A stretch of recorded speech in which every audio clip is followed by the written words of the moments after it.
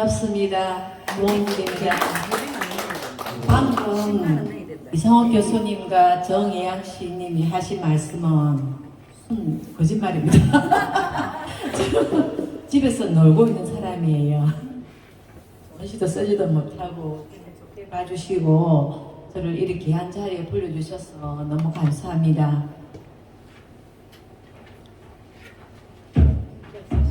사실은 정말 예양쌤 말씀대로 저 4일 전에 연락 받았거든요. 근데 제가 원래 말주변에 없는 것도 잘 아실 건데 지금 너무 무리거든요. 무리니까 저는 적어왔거든요. 조금 적어왔어요. 지금 불가능한 게 그거를 말로 이렇게 쭉 하기는 저는 능력이 안 돼요. 그래서 한 읽어보겠습니다.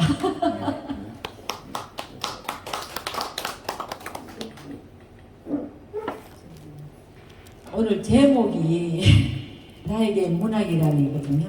나에게 문학이란 아주 좀 어려운 제목이라고 저는 생각해요. 사실은 글 쓰는 사람이 시를 뭐 이론적으로 생각해가지고 탁탁 쓰는 거는 아니라고 보거든요. 어떤 영감이 와서 쓰기도 하고 정말 자기 생각지도 않은 것이 어떤 상황에 따라서 그냥 시가 될 수도 있고 그런 거잖아요. 근데 그거를 뭐 문학이란 어떻게 논리적으로 말하려면 저 정말 못 씁니다. 그래서 그냥 뭐 제 마음대로 제가 그냥 생각나는 대로 그냥 짓거려 보겠습니다. 저는 어릴 적부터 아주 좀 신경이 예민하고 내성적이었습니다. 그래서 어떤 어릴 때부터 그냥 좀 적응을 잘 못했어요. 사회 적응을 못했는데 그게 그다지 쭉 나와가지고 이렇게 된 것 같아요. 저 어떤 성향을 버릴 수는 없는 것 같더라고요. 그랬는데 제가 이제 어릴 때부터 이제 제가 책 읽기를 좋아하고 내성적이고 이러다 보니까 책을 좀 읽으려고 애썼는데 가정 형편이 좋지 않아 가지고 저희 책을 읽을 수 있는 교과서 말고는 없었어요. 그래가지고 저기 있잖아요. 저희 방이 하나 작은 방이 하나 있는데 그 방에 시골에 옛날에 아주 오래 옛날이잖아요. 그 방에 백지를 못 발라가지고 신문지를 막 발라놨거든요. 벽하고 천장하고 발라놨거든요. 그거를 제가 죽기로 읽었어요. 정말 읽고 꿈도 꾸고 그 신문에 보면은 막 여자 얼굴도 있고 막 남자 얼굴도 있고 그렇잖아요. 그러면 그걸 읽고 그 사람 그 내용을 생각하고 막 꿈을 꾸고 악몽을 꾸기도 하고 막 그랬거든요. 그랬는데 그리고 그거 읽는 기라 하면 그거밖에 없었고 또 동네 친구가 오빠가 좀 잘 나가는 오빠가 있었는데 그 오빠가 보내준 어깨동무라는 어린 잡지가 있었어요. 그거를 친구가 읽고 나면 제가 얻어 읽었어요. 그거에 다였어요. 그걸 읽기는. 그랬는데 그런 갈증을 느끼고 있었는데 중학교 들어가니까 그냥 학교 도서관을 한 달로 이용해도 된다는 거예요. 그래 가보니까 막 책이 막 착한 책이 되어 있더라고요. 그래서 거기에 너무 좀 뭐랄까 정말 충격적으로 신이 났어요. 그래서 막 정말 학교 마치면 도서관에 가서 책 읽고 그는 뜻도 잘 몰라요. 뭔지 모르겠어요. 저는 내가 왜 그런지를 잘 모르겠는데 뜻도 모르면서 막 그걸 쭉 읽었어요. 그때 데미안 읽을 때 정말 뜻 몰랐거든요. 사실은 지금 사회에 나와가지고 어른 돼가지고 읽어가지고 이해를 했지 그때는 몰랐어요. 그 정도로 그냥 약간의 감적인 어떤 그런 상황이었던가 봐요. 제가 왜 읽었는지 잘 모르겠더라고요. 그래 그거를 책을 읽는 거를 이제 선생님이 담임선생님이 보셨는가 봐요. 그래가지고 그 학교 면담 시간에 저보고 너는 커서 신이 될 것 같다고 그러더라고요. 그래서 아마 막 책을 읽고 이러니까 그 어떤 자는 뭐가 될 것 같다 이런 생각을 하셨는가 봐요. 그래서 그때 들을 때는 시인에 대한 어떤 생각은 별로 안 했거든요. 근데 그게 그 말씀이 무슨 주문처럼 저를 따라다녔어요. 계속. 그래서 이제 하다 보니까 제가 어느 날부터 보니까 막 시인의 꿈을 꾸고 있었더라고요. 그런데 제가 어릴 때부터 좀 가난한 집안이라서 그런지 제가 공부를 제대로 못하고 하고 싶은 공부를 못하고 불혹의 나이가 됐을 때 제가 방송통신대학교 들어가고 거기서 들어가면서 국문학과 들어가면서 또 창원대학교 평생교육원. 예? 평생교육원. 평생교육원. 근데 지금 말 잘 안 나옵니다. 평생교육원에 들어가가지고 정말 제 찌질한 그 양력을 덮어줄 것 같은 중앙기 등단을 목표로 삼고 좀 열심히 했습니다. 그 결과 참 운 좋게도 그게 좀 쉽게도 당선이 돼가지고 저는 꿈을 이룬 것 같아요. 그 꿈을 이루면 좋은데 그 이후로 갈등이 많이 생겼어요. 왜냐하면 제가 생각할 때 그 시란 고정관념이라는 게 있잖아요. 고정관념이 하석화되는 거 있잖아. 석화되는 거, 그 굳어지는 거, 그거를 각질을 벗겨내는 게 시라고 생각했거든요.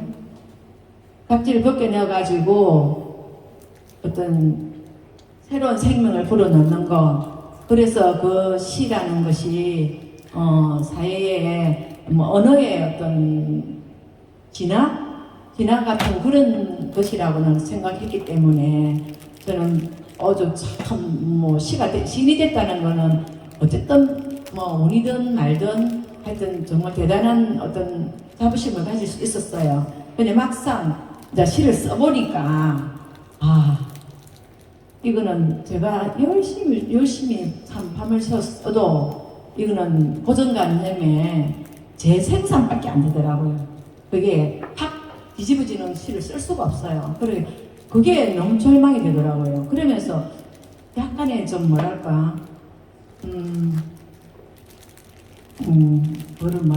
변명이랄까 시가 안 되는 거예요.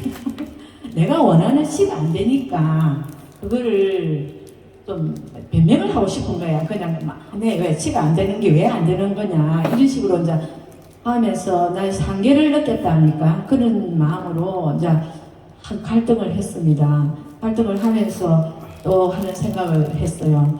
너가 시가 정말 좋아서 정말 순수한 마음으로 시를 좋아하느냐 아니면 시인이란 타이틀이 좋아서 시를 쓰느냐 나한테 물어보자 이런 식으로 생각하고 저한테 제 사연을 물어봤어요. 저한테 너 만약에 공중 화장실에 청소부를 시인 대우해준다면 너 시를 쓸래? 시를 쓸래? 아니면 시인을 공중 화장실 청소부로 대접하면 너는 뭐를 쓸래? 막 그런 생각을 했어요. 그래 하면서 하니 대답이 안 나오고 고개만 슬려슬려 흔들었다가 막 괴로움에 시달렸어요. 사실은 그거는 제 혈액증적인 성격인지 아니면 제가 좀 모자라는지 잘 모르겠어요. 하여튼 그때는 그만큼 심각한 고민을 했습니다. 그러니까 시가 안 되더라고요. 그래 안 되니까 이거는 뭐이지 그냥 어떻게 해야 되지 그러면서 시들시들해지는 거예요. 그리고 또 제가 조금 시에 대한 어떤 그 실망을 한 게 저는 사회생활 하면서 어떤 양육강생의 양육강생이죠. 양육강생의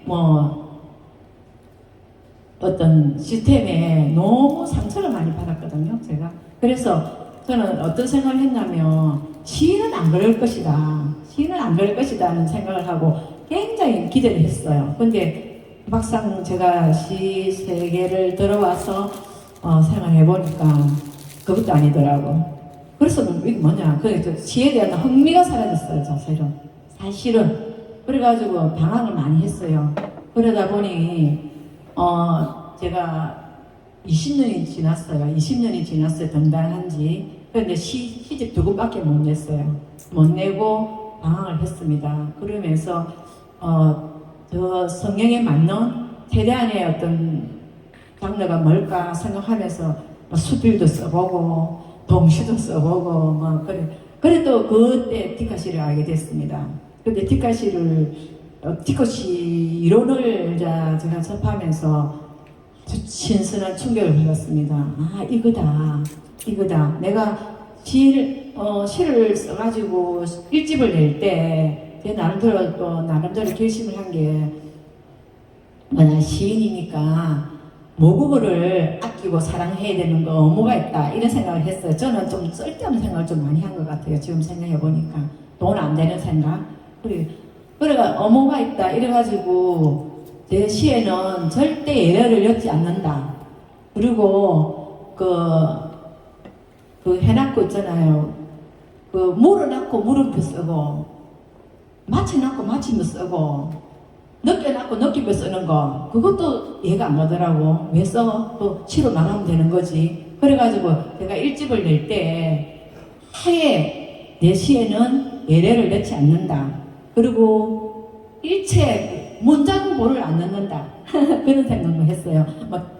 그 따옴표 그거는 가능하지만 문장표는 안 넣겠다. 그래야만 그 언어가 정말 제자리에서 살아나는 느낌이 들더라고요. 저는 해보니까 그렇더라고요. 해보니까 이렇게 문장보를 넣어가지고 이 언어를 이렇게 보조하는 거하고 문장보 없이 언어가 그냥 이대로 살아있는 거하고는 좀 다르다는 저는 남들 생각을 했어요. 그래서 그 문장보 없는 그런 시를 쓰겠다.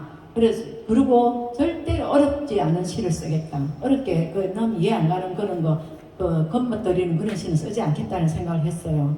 그래가지고 일집을 냈는데 그런 제 일집에 보시고 그리고 이집도 마찬가지고 저 문장보 안 넣거든요. 안 넣고 그래 하는데 그럼에도 불구하고 저는 쉽게 쓰려고 애를 쓰는데 불구하고 사람들이 반응이 시가 너무 어렵다는 거예요. 일집을 내고 나서. 그래서 제가 그때 그랬거든요. 어떤 선생님한테 여쭤봤어요. 이게 시가 어렵다 하는데 그러면 그 쉽게 좀 이해할 수 있도록 우리 글을 쓰면 막 사파로 하잖아요.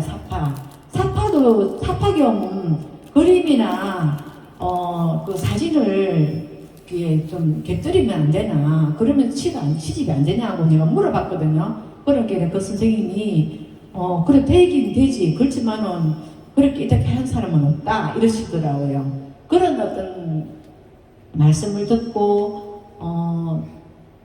저 나름대로 이제 이게 뭐 절망이랄까 그럼 이것도 아니고 저것도 아니면 뭐 어떻게 해야 되지 하는 생각하는 사이에 그 디카시 이론을 알게 됐어요. 그때 제가 그냥